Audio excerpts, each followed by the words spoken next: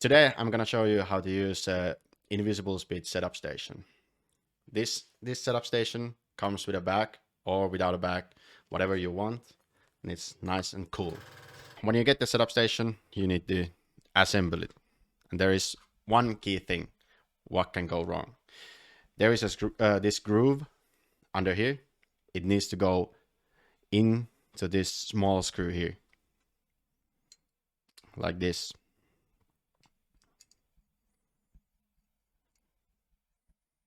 Boom, it's done.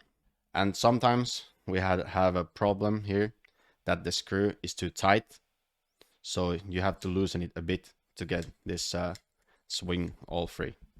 The screw is here in the bottom. It's 1.5 mil, and you can just loosen it from here a bit, and then it should be fine. So this is what you get when you buy the setup station. You get a droop blocks and a droop gauge. So this is what you get when you buy the setup station. You get a droop gauge, you get a droop blocks, quick release wheel nuts, balancing pins, 2 setup stations, and the measuring plate for toe. And now you would ask why only 2? This is because it's cheaper and you don't really need 4. So you can measure your cambers and everything from the other end and keep the wheels on the other, so it will be fine. Setup station is a great tool, but you have to use it right to get your car dialed. First things first, we start with the ride height. We press our car down here and check the ride height with the tires you are running, and it seems to be right. Then we're gonna start from the rear end. We take the wheels out, we put the setup station in, like this.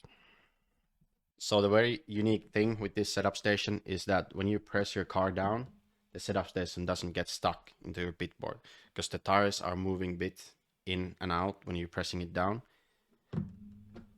It doesn't get stuck.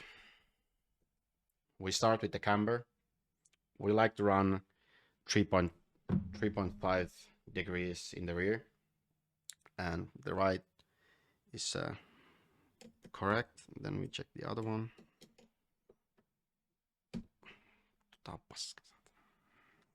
And also one key thing to keep in your mind is that setup station shows like 1.5 to 2 degrees more than measuring from the wheels, cause it's free and it doesn't get stuck like the wheel would get stuck when you're checking the camber.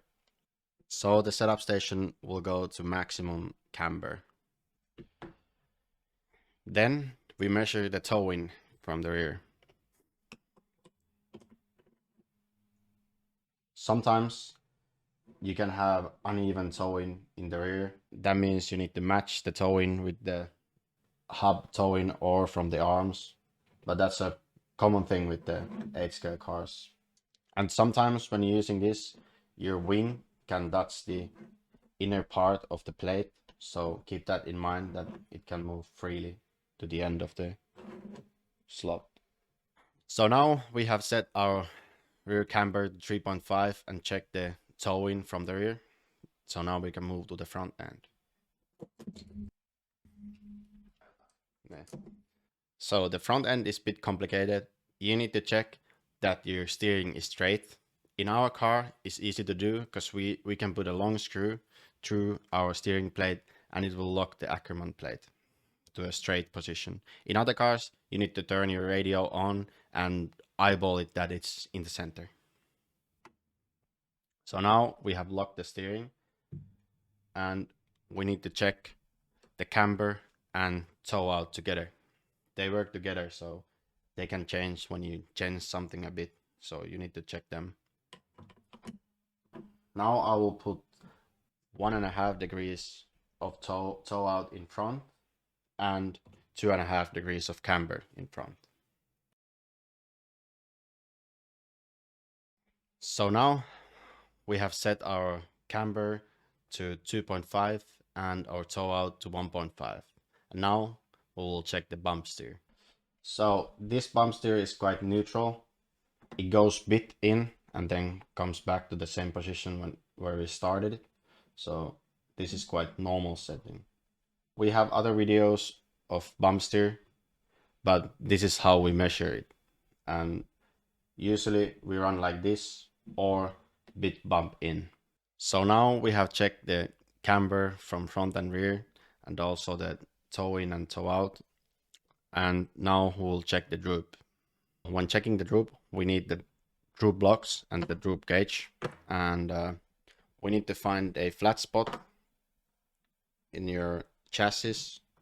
So it will be flat on the blocks. And usually we put the blocks after the front end and before the rear end. So now the car sits nicely on the blocks. And still, when you are checking your droop, your steering needs to be locked. So now we'll check the droop in front and we will set it to +1. Now you can see it's a bit off from the other side in front. So one unique thing with the Mayako is that our chassis in the front is smooth and it doesn't dig into the ground. So that's why we have the droop screw here hitting the C-hub. So that's why we need to check the camber first. So now we will check the front droop and we will set it to +1. And now in this side it's a bit off. So we need to screw it in a bit.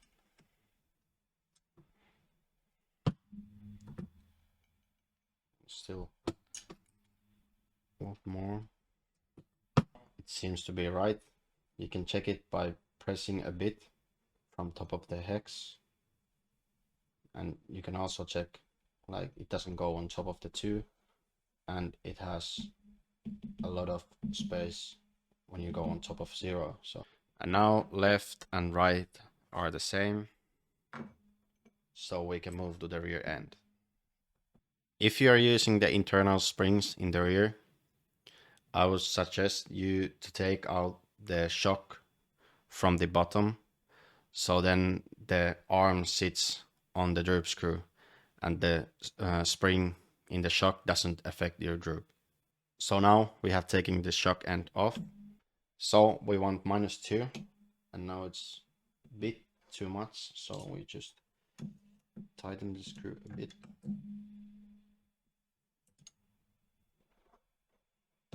And now it's perfect.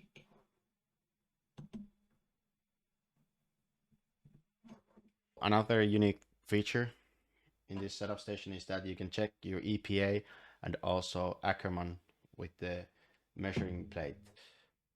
And that allows you to have equal EPA on the left and right, and also you can compare your Ackerman. And that is possible because the camber blade is so wide that you can turn the wheel. And also like this, you can check your bump steer. You turn your steering wheel to 10 degrees in the setup station and just compress the shocks and you can check. An outside tire is most relevant for the bump steer, so that's why we checked it from the outside. Now you can see when the tires were straight, we didn't have any bump in, and now when turned 10 degrees, we have 1.5 degrees of bump in the outside tire. So this is a special thing in Mayako. You have holes for balancing pins, so you can check your left to right balance. And this you can do with your invisible speed setup station. So you get these pins. These go on top of the droop blocks like this. And then you just need to find the holes. So now the car is sitting on top of the balancing pins, and as you can see, the car falls down to the right side, so you need to add more weight to the left side.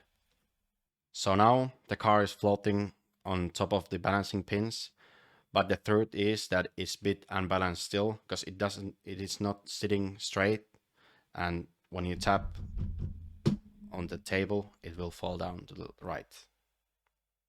So we need to add some weight to the left or remove some from the right. And when the car is balanced, it will sit straight on top of the balancing pins, and it will fall down to either side when you are tapping on the table. That's how you use the invisible speed setup station, and this is how you can get your car dialed in for every track. What's next? Touring car is next.